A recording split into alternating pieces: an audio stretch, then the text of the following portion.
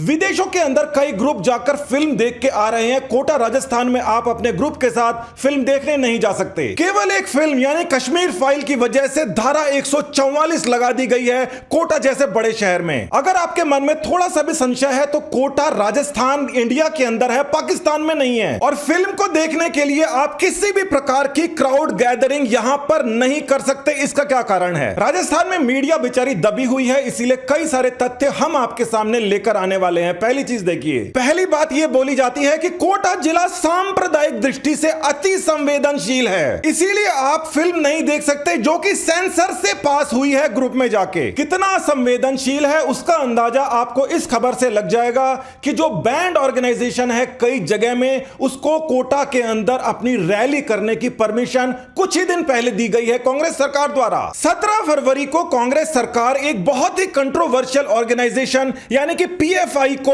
Rally करने देने की परमिशन दे देती है। यह पीएफआई वही है जिसके ऊपर बड़े स्तर से सांप्रदायिकता फैलाने का आरोप है। बहुत बड़े स्तर के ऊपर कॉन्स्पिरेसी करने और रॉइट्स फैलाने के लिए पुलिस ने पीएफआई के प्रेसिडेंट को गिरफ्तार किया था। राजस्थान में यह बैंड नहीं है, मगर इसका मतलब यह नहीं है कि यह संवेदनशील की कैटेगरी में आता हो। मगर राजस्थान के अंदर कांग्रेस की सरकार है। आगे चलते हैं। राजस्थान में झुंझुनू जिला है जहां पर दिवाली पर भी इसी प्रकार की धारा 144 स्थापित करने के आदेश आए थे। डीसी उमरदीन खान ने यह आदेश दिए थे। जो अभी दिवाली गई है उसी की बात है कि आप क्राउड गैदरिंग नहीं कर सकते। दिवाली पर लोग झुंड के अंदर एक दूसरे के घर नहीं जा सकते धारा 144 की वजह से। 28/10 को यह आदेश दिया जाता है। इसके अंदर बहुत सारी चीजें थी और इसकी वजह से इस आदेश को वापस लेना पड़ता है, मगर मामला इतना खत्म नहीं होता। तो उमरदीन खान यह आदेश निकालते हैं कि बिना किसी अनुमति के कोई जुलूस नहीं निकालेगा, दिवाली पर कोई भी सभा आयोजित नहीं होगी, पूरी तरीके से इसको प्रतिबंधित किया जाता है। 144 लगा दी जाती है। दिवाली के ऊपर लोग अपने घरों में डीजे भी लगा लेते हैं, स्पीकर लगा लेते हैं, उसके ऊपर धार्मिक भजन भी लगाते हैं। तो देखिए इस आदेश में क्या लिखा था कि कोई भी धार्मिक भड़काने वाला ऑडियो कैसेट नहीं चलाया जाएगा और ना ही ऐसे कोई नारे लगाए जाएंगे जिससे किसी अन्य व्यक्ति की भावनाओं को ठेस पहुंचती हो। ये आदेश दिवाली के लिए निकाले गए थे और दिवाली पर कौन से नारे चलते हैं वो हिंदुओं को पता है। अब बवाल जब बढ़ता है तो 28 वाले आदेश को निरस्त कर दिए जाते हैं। देखिए साफ तौर से लिखा है निरस्त कर दिए जाते हैं। 30 को नए आदेश आ जाते हैं। और ये भी देख लीजिए झुंझुनू पुलिस के वेरीफाइड हैंडल ने इन आदेश को डाला है। इस आदेश में साफ तौर से लिखा है 28 वाले को निरस्त कर दिए गए और संशोधित आदेश जारी कर दिए गए हैं। अब ये जो संशोधित आदेश हैं इसका स्क्रीनशॉट ले लीजिए और आगे की बात समझिए। ये देखिए 30 तारीख को जो आदेश का आपने स्क्रीनशॉट लिया है उसको निरस्त करने के बाद जो नए आदेश आए हैं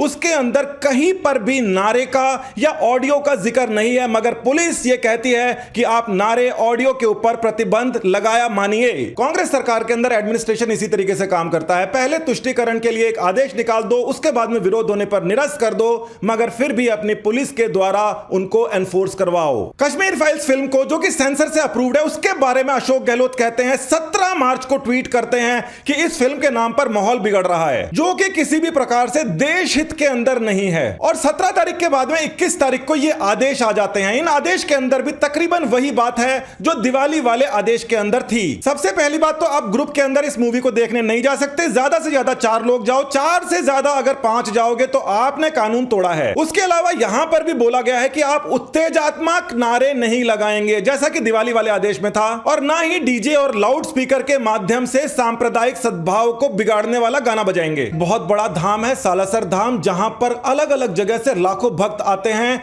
सालासर प्रचार समिति ने एक गेट बनाया, उसके ऊपर राम दरबार की मूर्ति की स्थापना की। अब बात यहां पर आ जाती है कि राजस्थान प्रदेश कांग्रेस सेवा दल ये क्या मुद्दा बना रही है और ये कौन सा राम दरबार का द्वार है जिसको यहां पर तोड़ा गया है। जैसा कि आप यहां पर देख सकते हैं वीडियो के अंदर, ये उस गेट की लोकेशन है और यहां से अगर आप पीछे जाएंगे तो आपको ये दिखाई दे जाएगा कि ये NH20 नहीं, ये स्टेट हाईवे 20 है। अब जो गेट है उसके ऊपर मूर्तियां थी। सबको पता है कि मूर्तियों को किस प्रकार से हटाकर गेट हटाया जाता है अगर कोई काम करना होता है, मगर वैसा किया नहीं गया। मुद्दा बना तो कांग्रेस ने इसका नाम बीजेपी के ऊपर लगा दिया। बोला कि देखिए ये तो NHAI का प्रोजेक्ट है, स्टेट हाईवे नहीं है। हालांकि गूगल मैप पे आपने देख लिया है। और कांग्रेस के अनुसार ये बीजेपी ने ही गेट तोड़ा है और अब वो बहुत ज्यादा होशियार बन रही है। बीजेपी के जल शक्ति मंत्री गजेंद्र सिंह शेखावत और अन्य इसका मोर्चा संभालते हैं और कहते हैं कि देखिए ये फेक न्यूज प्रोवाइडर्स कांग्रेसियों, ढंग से समझ लो कि आपकी पोल खुल गई है। एक बार दोबारा देख लीजिए कि फिल्म के नाम पर तो माहौल बिगड़ सकता है, मगर राम दरबार वाले एक गेट को गिराने से क्या होता है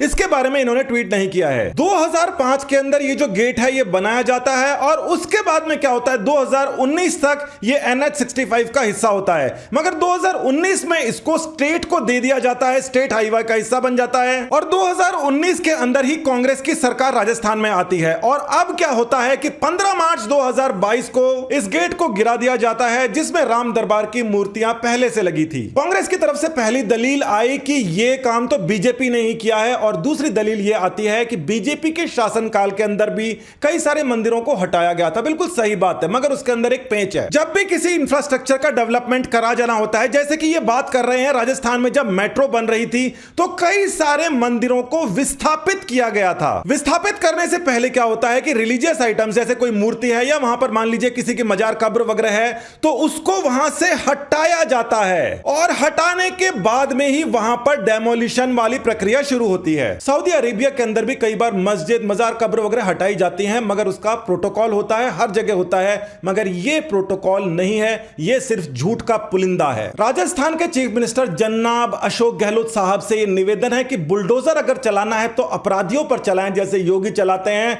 और सभी नागरिकों को समान तरीके से व्यवहार करें, किसी की भावनाओं को आहत होने ना दें। नमस्कार, धन्यवाद, वंदे मातरम।